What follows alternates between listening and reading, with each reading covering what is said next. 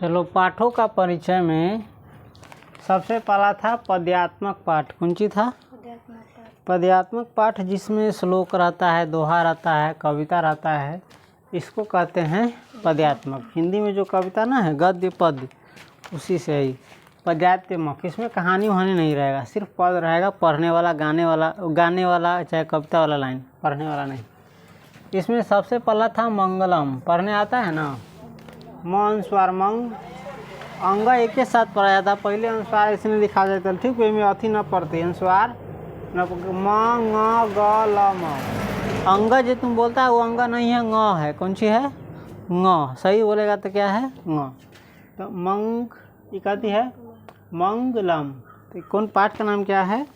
मंगलम। और संस्कृत में क्या लगा है? हलंत लगा है। मंगलम पाठ को हम पढ़ चुके थे, पढ़ नहीं चुके थे, मतलब ये परिचय में हम जान चुके थे कि मंगलम पाठ किस चीज़ के बारे में। दूसरा है भारत महिमा। भारत हम जानते हैं जिस देश में हम लोग रहते हैं, और महिमा यानी भारत की जो महानता थी पहले, उसके बारे में हम विशेष रूप से इसमें जानेंगे। ठीक, किताब से पेज नंबर तुम निकाल सकते हो 10, X लिखा हुआ है संस्कृत के 10 में। ठीक, अभी शुरू नहीं हुआ है पेज। भारत में क्या है? इस पाठ में भारत के महत्व के वर्णन से संबद्ध पुराणों के 2 पद्य तथा 3 आधुनिक पद्य दिए गए हैं। भारत महिमा में देख सकता है, विषय सूची अपना उल्टा करके देख लेना, हम इसको समझा रहे हैं। भारत महिमा में क्या है? भारत के महत्व के वर्णन से, ये पढ़ने का तरीका देखो, हल्का पढ़ने पर ध्यान दो। ये है संबद्ध। कथी है? संबद्ध। संबंध नहीं पढ़ना है इसको। ये क्या है? सम, स, म, ब, द संयुक्त के साथ है, तो यह है संबद्ध, यानी अच्छे तरीके से बंधा हुआ, पिरोया हुआ, अच्छे तरह से लिखा हुआ। ठीक है। इस पाठ में भारत के महत्व के वर्णन से संबद्ध पुराणों के 2 पद्य। पुराण के कितने पद्य दिए गए हैं? 2, यानी पौराणिक जो पुराण का जो समय का है, वैदिक काल का, उस सब का, उसका 2 पद्य और 3 आधुनिक पद्य दिया गया है। आधुनिक पद क्या को दिया है? आधुनिक यानी अभी नया वाला पद्य। ठीक है। हमारे देश भारतवर्ष को प्राचीन काल से इतना महत्व दिया गया था कि देवगण भी यहाँ जन्म लेने के लिए तरसते थे। हमारे भारतवर्ष को, यानी भारत को प्राचीन काल से, यानी बहुत पुराना समय से इतना महत्व दिल गेल है कि यहाँ देवतागण भी, यानी भगवान भी जन्म लेने के लिए क्या करते हैं? तरसते थे। और वास्तव में देखा भी होगा, यहाँ जो भी जन्म लिया, भगवान ही जन्म लिया है पहले, है ना, दूसरा किसी देश में इतना नहीं लिया है। इसकी प्राकृतिक सुषमा अनेक प्रदूषणकारी तथा विध्वंस क्रियाओं के बाद भी अनुपम है। इसकी जो प्राकृतिक खूबसूरती है, सुषमा है, वो अनेक प्रदूषणकारी जो अथी हुआ है, क्रिया हुआ है भारत में, उद्योग धंधा, कल कारखाना, बम तम, गोली तोली, सब कुछ भी, और विध्वंसक क्रिया जो हुआ है, विनाशकारी जो क्रिया हुआ है इतनी हजारों सालों से, लड़ाई झगड़ा, युद्ध, मारधार, जंगल कटाई उटाई, सब के बाद भी क्या है? अनुपम है। यानी अभी भी क्या है? बहुत ज़्यादा खूबसूरत है, इतना विनाश होने के बाद भी। इसका निरूपण इन पद्यों में प्रस्तुत है, और इसी का निरूपण भारत की जो प्राकृतिक क्या है, सुषमा है, इसका ही निरूपण किस पाठ में किया गया है? भारत महिमा में। तो ये पाठ समझ गया। आगे आने वाले जो चैप्टर तुम पढ़ोगे भारत महिमा, इसमें किसके बारे में वर्णन किया हुआ, आप समझ गया ना। उसके बाद तीसरा है नीति श्लोका। कौन सी है? पढ़ने आता है ना, नीति श्लोका। इसमें श्लोक दिया गया है किसका? नीति का। कोई जो नियम होता है ना, जैसे युद्ध नीति होता है, शांति नीति होता है, चाहे कोई भी नीति हो, तो इसमें श्लोक दिया गया है किस पर? नीति पर।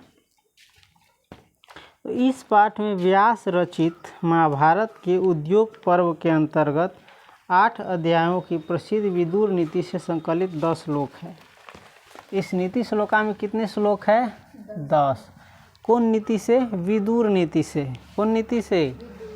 विदुर। महाभारत का ये पात्र है, ठीक, विदुर नीति से संबंधित है, संकलित है। महाभारत युद्ध के आरंभ में धृतराष्ट्र ने अपनी चित्त शांति के लिए विदुर से परामर्श किया था। महाभारत जब हुआ, महाभारत की जब लड़ाई हुआ तो उसके आरंभ में यानी शुरुआते में जब महाभारत शुरू हुआ लड़ाई, उसके शुरुआत में ही धृतराष्ट्र, कौन जी धृतराष्ट्र के 100 गो बेटा रहा। कितना बेटा रहा? हाँ, का लाख चकाई छे हैं 100 गो बेटा रहे। सबसे जेठ बेटा के नाम रहे दुर्योधन, बहुत शक्तिशाली। महाभारत युद्ध के आरंभ में यानी शुरुआत में धृतराष्ट्र ने अपनी चित्त शांति के लिए, किस शांति के लिए? चित्त शांति जानता है ना, मन की शांति के लिए। किसकी शांति के लिए? किसकी शांति के लिए? मन की शांति के लिए विदुर से परामर्श किया था। किससे परामर्श किया था? विदुर से राय विचार सलाह लिया था। समझ गया? किया था। विदुर ने उसे स्वार्थपरक नीति त्याग कर राजनीति के शाश्वत परमार्थिक उपदेश दिए थे। विदुर ने उन्हें क्या उपदेश दिया था?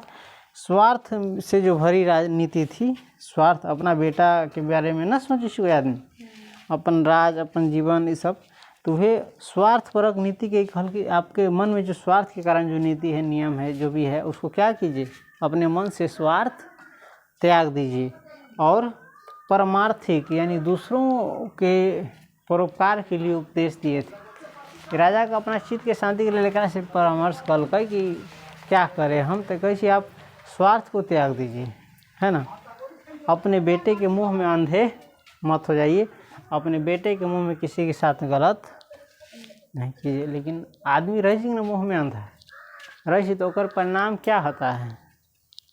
परिणाम कुछ भी हो सकता है लेकिन सही तो नहीं होगा। हाँ, तो वही विदुर क्या कहा इसको कि आप स्वार्थ को त्याग दीजिए और परमार्थिक यानी परमार्थ यानी दूसरों के भलाई के लिए, अच्छाई के लिए क्या कीजिए? नीति बनाइए। इन्हें विदुर नीति कहते हैं। किन्हें विदुर नीति कहते हैं? विदुर जरा सलाह दिल के, राय दिल कई कि आप राजनीति जो करते हैं ना अपने बेटे को लेकर के, उसमें स्वार्थ को त्याग दीजिए और जो सही होना चाहिए, सही न्याय होना चाहिए, वो कथी कीजिए? ये धृतराष्ट्र चाहिए रही अपना बेटा के सब राज दे दी। समझते कि नहीं? इन श्लोकों में विदुर के अमूल्य उपदेश भरे हुए। इन श्लोकों में क्या है? विदुर के जो है अमूल्य उपदेश यानी बहुत हितकारी उपदेश इसमें भरे हुए 10 में। तो ये तीसरा हम जान लिए। अब चौथा है मंदाकिनी वर्णनम। पढ़ने आता है? मंदाकिनी वर्णनम। वाल्मीकि रामायण के अयोध्या कांड की, वाल्मीकि रामायण के, को रामायण के यानी वाल्मीकि जे रामायण के लिखल कोई रामायण के, वही रामायण के अयोध्या कांड की, किस कांड की?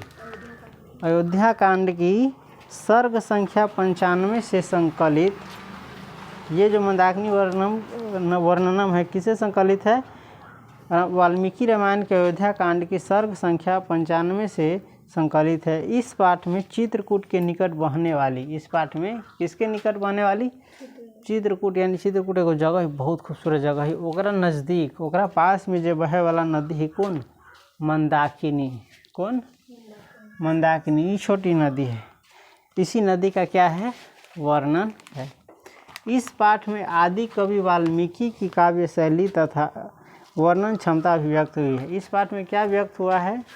वाल्मीकि की जो काव्य शैली थी यानी कविता लिखने की जो शैली थी, ढंग था, तथा उसके वर्णन करने की जो क्षमता थी, वो क्या है? अभिव्यक्त हुई है यानी प्रकट हुई है। श्री राम को मंदाकिनी का वर्णन सुनाते हैं। श्री राम सीता को मंदाकिनी का वर्णन सुनाते हैं। श्री राम किसको वर्णन सुनाते हैं? सीता को। किसके बारे में? मंदाकिनी नदी के बारे में। तो पद्यात्मक जो पाठ था उसकी व्याख्या हम संक्षेप में कर दिए कि पाठ में क्या है, कर दिए ना। मंगलम का कर दिए, भारत महिमा का कर दिए, नीति श्लोका का कर दिए, मंदाकिनी का वर्णन का कर दिया। उसके बाद है कथात्मक पाठ। कौन सी? चलो कुछ रेस्ट लेते हैं।